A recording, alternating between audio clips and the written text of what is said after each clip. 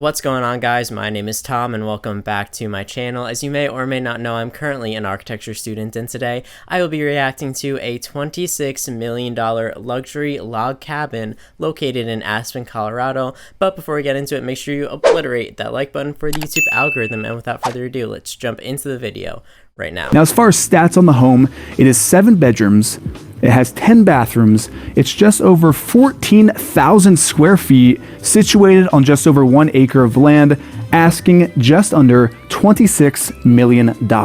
Could you imagine that your backyard is just an entire mountain range? Like, that would just be crazy. So starting here, the exterior of the home, this is a classic log cabin in every sense of the word. You have the massive Douglas fir trees used for the support beams. So I don't know exactly how log cabin construction works, but if I had to take an educated guess, I would say it's probably similar to something like ducktail joints. And if you don't know what a ducktail joint is, it's basically when two different pieces kind of link together. So it's something like that. And it's only really used in wood construction, so that's why I think it's a possibility that this might be the case here. This is a snow melt driveway, meaning it's heated from underneath and you'll never have to shovel snow at this property. I think that's pretty cool, especially you can see around me there's 2 feet of snow on the ground, so that's a big plus. That's a really nice amenity to have. Now, I've heard of them before, but I've never actually met someone who has that, so I don't know if they're super expensive or if you have to install them before you pave the driveway, but this has to make life so much easier, especially in a cold area that gets a lot of snow. The grand entrance of this home, off to my right, in typical log cabin fashion, we have the covered porch with a nice seating area.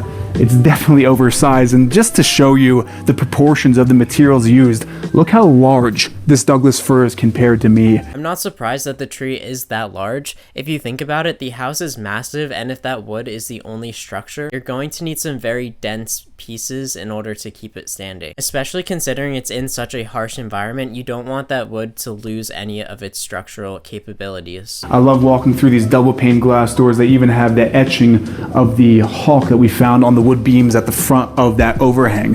Just very cool theme. I like that all the details are following a similar theme, so you have that etching on the glass, which correlates to the carving that's out in the threshold. The main materials used are that sandstone. Stepping up, we have that reclaimed pine on the floors. Tons of granite. I mean, take a look at this. This is a solid chunk of granite as a table.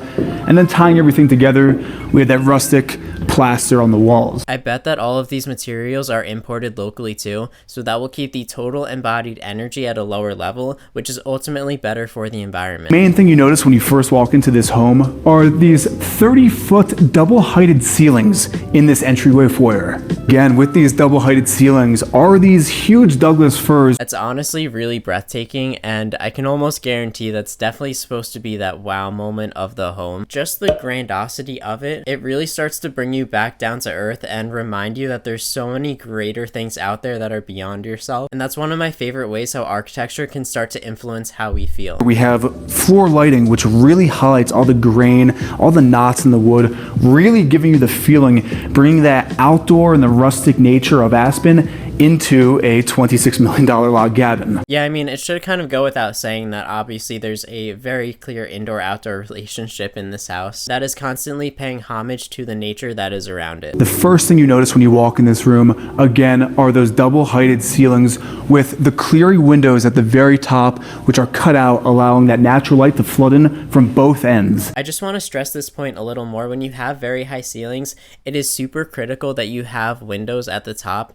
that allow that natural light to come through, because if you just have windows on, say, the lower half of it, it's going to be really dark because the sunlight is not getting the correct angles to get inside. But by raising some of the windows, the angle is much more direct and that light's able to bounce off of the walls and filling the space. There's just no way for the light to really travel up and get into the ceiling area with those windows that are on the lower half. The selling point of this room is this oversized granite fireplace. But I mean, how impressive is this fireplace? Even for scale, seeing me in front of the fireplace.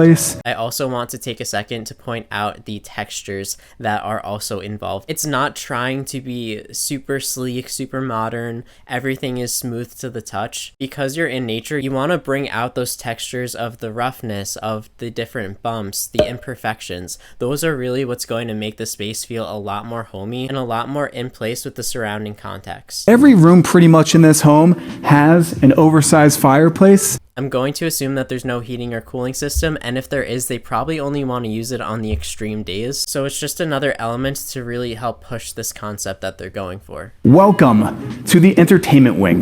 The number one thing you notice in here is just those double heighted ceilings. If you look up, we have a standing seam metal ceiling made out of steel, and even in this metal ceiling, you have all the lights recessed hidden into the ceiling. Ooh, that is actually interesting. I don't know why they would choose to do a metal ceiling as opposed to keeping with that wood theme, but they did a good job of blending it and making it look like wood even if it's not. If I had to take a guess as to why, it might be because of the extra weight that would be added to the roof if the snow started to collect, or it could also be if there is snow on the roof, as it melts they were worried about it seeping through the wood and then there would ultimately be leaks.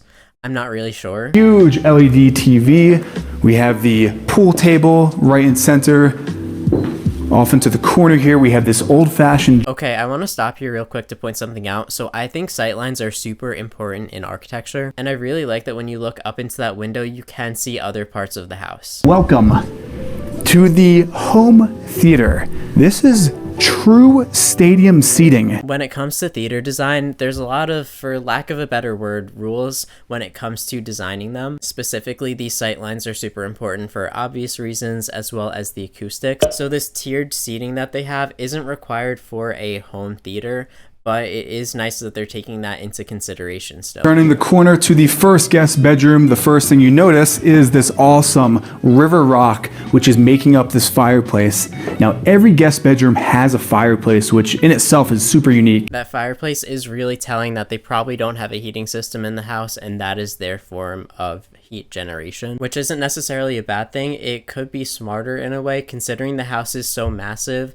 Having individual rooms being able to be heated rather than having the entire house or the entire section of a house being heated is probably going to lower the cost, because not all of the rooms are going to be used at the same exact time. But it also just adds to the aesthetic that they're going for, so I think it works out. Guest bedroom also has 12-foot high ceilings, and every guest bedroom also has access to outdoor space. It's a nice sized bedroom, and I like that it has direct access to the outdoors, so that way if you wanted to go outside, or if you were outside and wanted to come into your room, you don't have to trudge through the entire house. You can just go directly there. Walking into this master suite, first and foremost, center of the room, oversized granite fireplace, nice seating area. As per usual, if you've seen any of my other videos, you know that I cannot stand when living rooms are in bedrooms. It just doesn't make any sense to me. I highly doubt that they're used enough to be justified. Off into this corner, we enter the home office, and I think it's pretty sweet that they have the office built into the master suite. I actually don't mind the home office being in the master suite as much, especially if you have kids running around the house and you need a space to get away from them. Like, they're not going to come running into your room, so it makes sense in that scenario. This is a oversized